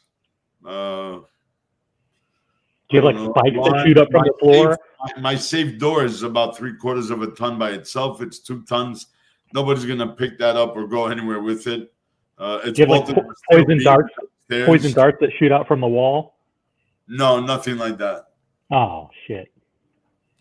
All you'd have to do is worry about a bullet hitting you. That's all. But I know they can't do anything with the safe. They can't go through. They can't come in. So they can break in, but they're not getting nothing. Yeah. And nothing. Somebody asked a question about damage because of the safes that were moved, the watches. No, because they go in trays, just like a watch case or a watch roll. It goes into a pillow and it gets fitted inside the case. The case gets put into the safe. Close. You can shake. You can't even move it. You can't even move the safe 2 tons. So what are they going to do? But I feel bad when I saw the video. They did ruin the guy's store. I mean, no matter what, they created lots of damage for him. So, wow. I mean, it's a shame. And I don't care what anybody tells you. I mean, if I have, I don't know, let's say $3 million worth of goods, I'm lucky if I have $750,000 insurance. To actually insure every piece and everything you have, that's impossible. Well, you'll be working for insurance. You better be a billionaire and not worry about where your next meal is coming from or how your bill's getting paid. Insurance has gotten that bad because of so many scams, so many claims, so many payouts that they had to do. If you guys want to see a good movie, see Flawless. Flawless with Michael Caine and what's her name? Demi Moore. Great movie. How in England they got robbed, the big diamond house. Oh, yeah. Or where was it? No, Belgium. I think Belgium. I'm not sure, but it's a great movie. It's called Flawless. It's on Prime. Right. Now I'm just going to show me. Are you allowed to have a little pocket knife tickers in England? You allow no more than 3 inches. 3 inches. All right, that's enough to send somebody with 1 fucking kidney damage to the hospital. Yeah, that's true. That would do, wouldn't it? But you still get fucked if you use it. It's okay. You know what? You can't use it. Let your lawyer work it out. If this guy's coming to rob you, there's many ways around it. You shut your mouth and let the lawyer do the talking. That's right. Now I'm just gonna play this video now for anybody who's actually not seen this. We're not gonna play the audio. Get rid of the chat so we can see it clearer. I thought I had put it in the chat. No, we can play it and talk over it. We don't need the audio, but it can just be good B-roll in the background. Yeah, let's just get rid of the super chat a second. Hang on a second. Yeah, so the Land Rover was stolen, and then they drove it basically through this mall, and smashed through. I'm going to show in a minute. I'm just going to play it. I'm just going to play this. That's another thing. How the hell did they steal a brand new any vehicle? I don't care, Land Rover, BMW, Porsche, whatever. It's got high security system. How the hell did they get away with that? Unless the trackers aren't standard. So that was stolen 2 hours before. So if the person wasn't alerted, he probably might not have known it was gone. So let's just see here. So they're just showing you. This is where it. I mean, how did they hot wire it? Today's computer systems, you can't really hot wire a car. Well, I could answer that because I had my car stolen. My car had a keyless entry, so you don't even have to put the key in the ignition. You just got to have your key in your pocket, and it all lights up and starts working. So what these thieves do, they can go towards your front door where you go home at night. You put your car keys, it's somewhere close to your front door. Yeah. You can get a bit of kit off of Amazon called a range extender, and this thing will pick up the signal from your key in your house and extend the range, and it will open your car. and you can start it and drive it off without the key. But my BMW, if you're not present, and you try to take off without the key, it starts to flash and they'll shut down the car. No, what they do is they emulate the key fob. They duplicate the key fob. Right, so let's see this now. So this Land Rover drove from the bottom all the way down this walkway, which is for people, and smashed its way through those doors, rammed through them doors. That is completely fucking bonkers, isn't it? That's bonkers, man. This insane. Is the front. This is the front of through there. That's it. Right through there, down that alleyway, and boom, straight through there, and then back. Turn the thing round and backed its way into the window here. Now that's a multi-tenant building, right? Oh yeah, yes, it's like a mall. Doesn't that building have its own security guard or somebody there or alarm system? No, they didn't reference it, so probably not. Probably not. So here we go. Is the let's wind it forward a bit until they're all in. Let's get them all in. Right, they're all in and they're busy smashing it round there. No, I've got to show one bit, which I know is a bit sad, but it's when they move that guy moving that thing. Look, they're moving them nicely to the left hand side. You see how they knew where the safes were? Yeah. Look at this. And this guy thinks, fuck that. Let's just my God. It's just the violence, for fuck's sake. You just know if someone had walked in on them, they would have plowed that thing in someone's head, you think. So. Look at all those boxes. They could have made money from selling the boxes. Well, $200 a piece. That guy picked three up. Walks around in his hand. Keep your eye on that box. It's fun to watch the Bosphorus case. And the LVs. Yeah. Which box? Sorry, OC. Where? He's putting it down. Oh yeah. Yeah. Now it's sitting there. It's like no one takes it. They just leave it there. Yeah. They've got the toe thing in, haven't they? They're just about to try and hitch it to the. But what is it? They can't find anywhere to hitch it to, can they? They're trying to get it round the back of the safe. Wrap it. They're trying to wrap it round the safe, aren't they? Yeah. Right. They can't get to the back. They can't get a bit round the back of it, can they? No.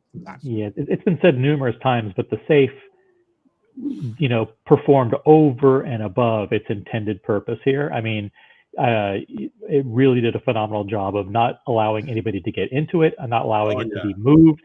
And of course, those are secured into the concrete with bolts, and those bolts, they have holes in the safe, typically on the inside, into the back, into the floor.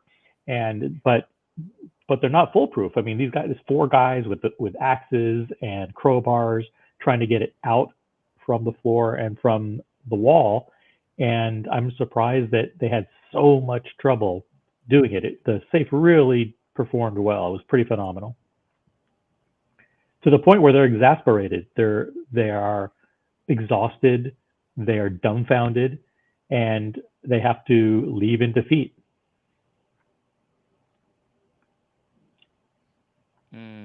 It's ridiculous. They've just reduced. Now the LV box is on the floor, and now they're trying to go through some cupboards to see if there's anything else that they can salvage. Like, hey, is there anything of value in here? They tried to move the safe, but they didn't touch the combo, because if they would have touched and broke the combo, it takes a safe expert from the safe company 45 minutes to an hour to drill through to open the safe for you. That's how crazy it is. It's a AAA rated, fire rated safe. So what did he get then in the end when he walked out? What do you think? Nothing. He didn't get nothing. Zero. Right. Well, some Louis Vuitton boxes there somewhere. Nothing. It took nothing. Even that satchel, that light blue duffel bag, is still there. He looked through it. One of them, that bumbling one. He just looked in it, but he didn't realize that's an LV. It's a couple of $1,000 right there. Oh, that bag's worth that bag is worth a couple of $1,000. Yeah. Right. And there's another angle as well. God, they've got all the angles here. And it looks like that's the only valuable thing he leaves outside of his store when he leaves. I just love because everything else was picked up. Fuck. Oh, just the violence. Do you have beautiful herringbone wood floors in your store, Wizard? No, I have. I actually got lucky. I bought a closeout on some carpet towels that were used to do a movie theater. So they're gorgeous, man. They're gorgeous. They're like blue, silver, and black. They really look nice. From a Galaxy Cinemas, they had the company that they ordered from had extra. So I bought the last cases, and then just to one tile, I just enough to do the little store I have. Okay, we want to see a picture next time. Sure. Sorry, can I just ask you, are those boxes worth anything on the floor? Then, Yes, 200 quid each. 200 quid each. Right. Yeah, these guys are there for a multi-million-dollar haul. They're not there to dick around. Exactly. They're not nickel and diamonds. Apparently, there's AP. Is it AP? They didn't steal a plumber's van. They stole a nice Range Rover. That should tell you something. Apparently, there was APs in that safe. They said. Whatever. He had a lot of pieces. If you see the interview when he did it, when it was set up, he's got at least, I'd say, $4 to $5 million worth. Yeah, I've been on the website and had a look what they've got, the stuff they've got, the shit they've got on the website today. I went and had a look. Do you think after this, Alfie is likely to reconsider his location and to go to an area? I definitely would. Yeah, maybe. Yes. Oh, this guy sprayed the fucking fire extinguisher. For what? They're just fucking malicious bastards just doing damage. Yeah, so what's the idea of firing the fire? What's the idea of nothing? Just being an asshole. That's all. Yeah. What's his? I know, these guys are too dumb to be stupid. They all start slipping around now, which is hilarious. Yeah, there you go. Yeah, so he picks it up. Is that in case he wants to hit somebody with it? What's the idea with the fire? I don't understand why he walked in with the fire extinguisher at all. What he thought he could actually. Someone said earlier that the fire extinguisher would destroy the DNA evidence. Oh. Yeah, see that, LV? Yeah. He opened the duffel bag and threw it back on the box. The fucking idiot. That's $3,000 right there. And those brown ones that as well. Purse, that purse that they threw on the floor, the blue, that's another $5,000. Yeah, but the risk of getting caught trying to sell a $3,000 watch, then you get implicated in a multi-million-dollar heist. So yeah, better to walk out with nothing and nothing that attaches you to the scene than to get hemmed up, trying to get rid of. They're using. Wow, look what they're using to try to move the safe. Wow. These guys are too dumb to be stupid. Don't they know it's bolted to steel underneath the floor? Oh my God. But what happens at this point, the sirens are well and truly on the way and very clear when that last guy is still trying to move that safe. What is that? Snow coming in? Insulation? What is that? No, it's definitely not snow. There's no snow around there, mate. I'm only about 40 miles away from that. I don't know what that is. It's insulation out of somewhere that they popped. Yeah. But there was, I said, the sirens were 100% only on the way when they were trying to do this. There's another. They've got all the angles. You know why he's there? Because the rent is so damn cheap. If he was in a big commercial area, his rent would be 10 times what he pays. So that's another thing. Weybridge is quite an expensive, quite an exclusive area. Yeah, but not where he is in an office building. Come on. No, he's in a Buff Boy in Dallas. He's in a shopping mall. He's in a shopping mall. Probably that doesn't look like a mall. It looks like a multi-office place. No, he was it's a mall. He said so. It's kind of a mall thing. I'm sure it was. I don't think it was an office. Where's the rest of the stores around him? We saw the corridor. There was nothing there. Right, I don't know then. But yeah, I agree. I think it's like Buff Boy. He's just in a corporate building. Yeah, in a corporate building. Right, gotcha. Okay, maybe then it's just. All right, we'll next time we're going to take a tour of the Just-in-Time campus, and we're going to look at your compound. I'm in what's called the heart of the city. I'm right on the corner. Yeah, look. Jesus, they're all tooled up with that fucking big that big rope, aren't they? To that sling to try and pull that out. God's sake.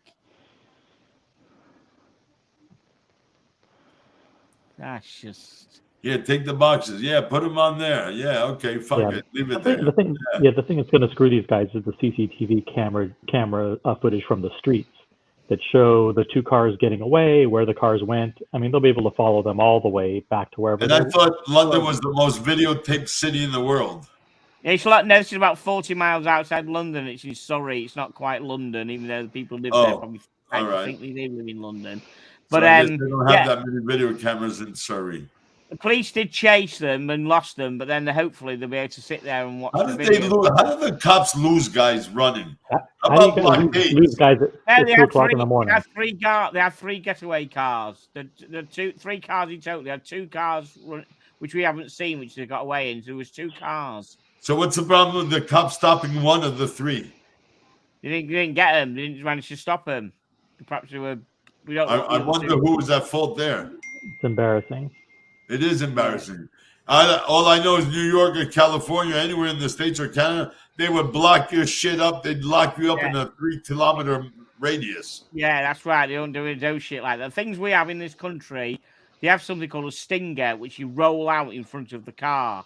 But, yeah, I know, to blow the tires, but obviously the cops weren't there to set it up. Yeah, but my mate, the ex-copper, said he used to roast. He said tonight when I spoke to him, it's so hard to predict which road they're going to go on to set the stinger up to be able to throw it across the road.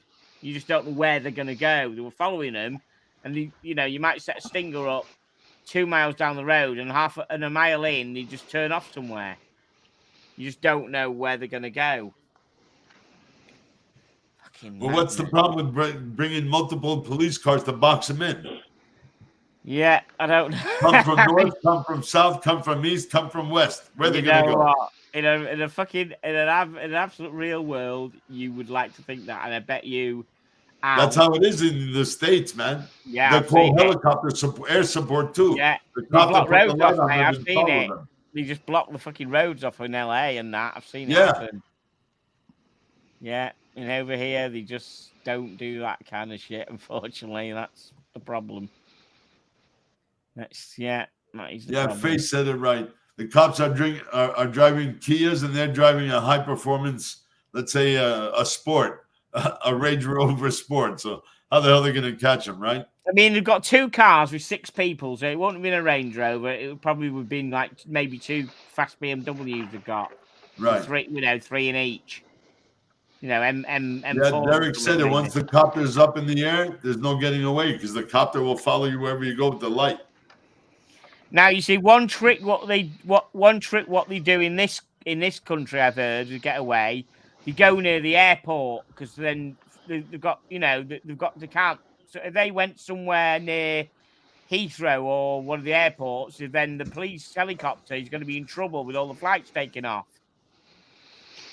The reality is that regional police forces in the UK are under-equipped. Unless you're dealing with the Metropolitan Police in the middle of London, who have shit-hot armed response teams, regional police forces like Thames Valley or Surrey or wherever it may be, they're not used to that type of crime. They normally go around and settle domestic disputes, people arguing or with their music on too loud. They don't see a lot of this, and I think that's that's why they struggle to police it and to make any real difference. But it's a shame. It is a shame.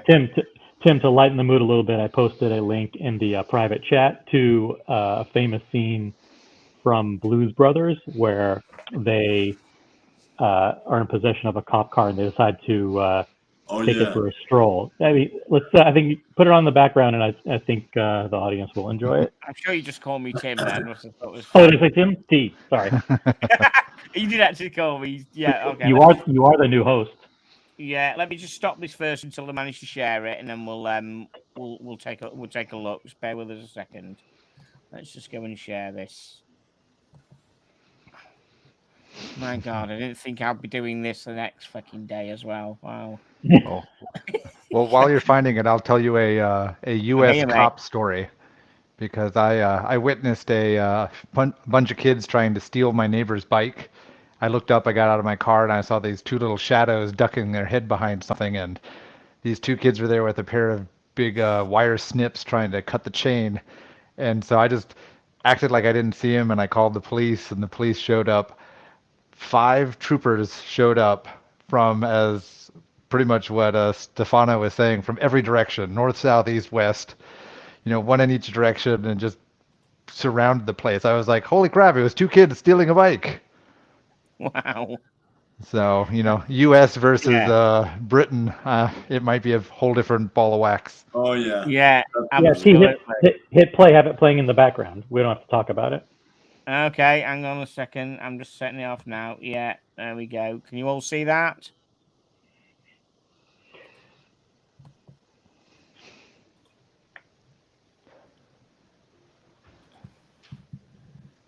Huh. Oh my god. Oh yeah. Toys R Us. I think that's a more extreme version of what happened at AC Chrono. Now that's a mall there, Tickers. Yeah, I did get it wrong where it was. Apologise. Someone has already said in the chat what the place is. It is an office block. I do apologise. Thank you, Faye. It's a place called the Heights in Weybridge. So it's an office space, right? So, yeah, I mean, okay. So he should perhaps next time if he does move, he needs premises where he can use a fogger. I mean, how good are these foggers, guys? Yeah, or he could do like the Buff Boy. Buff Boy's new place is on, an upper floor versus the ground floor. Yeah. So obviously you can't do the So car they can't smash drive and up crash. there and go through the elevator. That's for sure. Yeah. So are these disadvantage though? Obviously, it's harder to go shopping. Yes. Are these fog cloaks? Are they worth a shit in these places, guys? These fog cloaks they use. I'd never heard of it. Oh.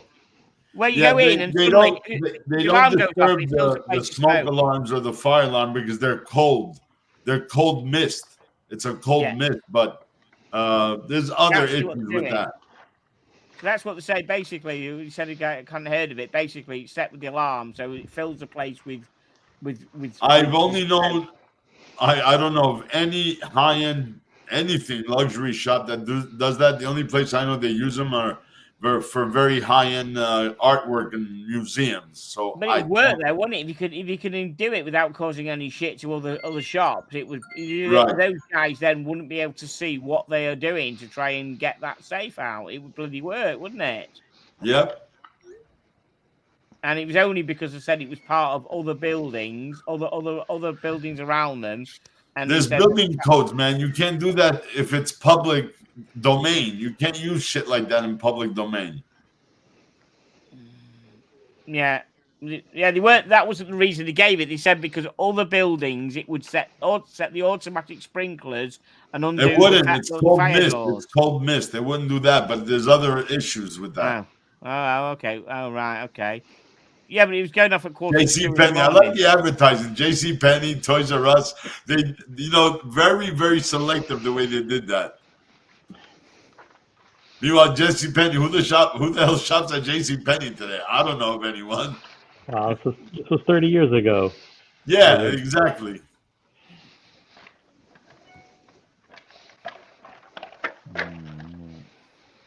There we go, folks.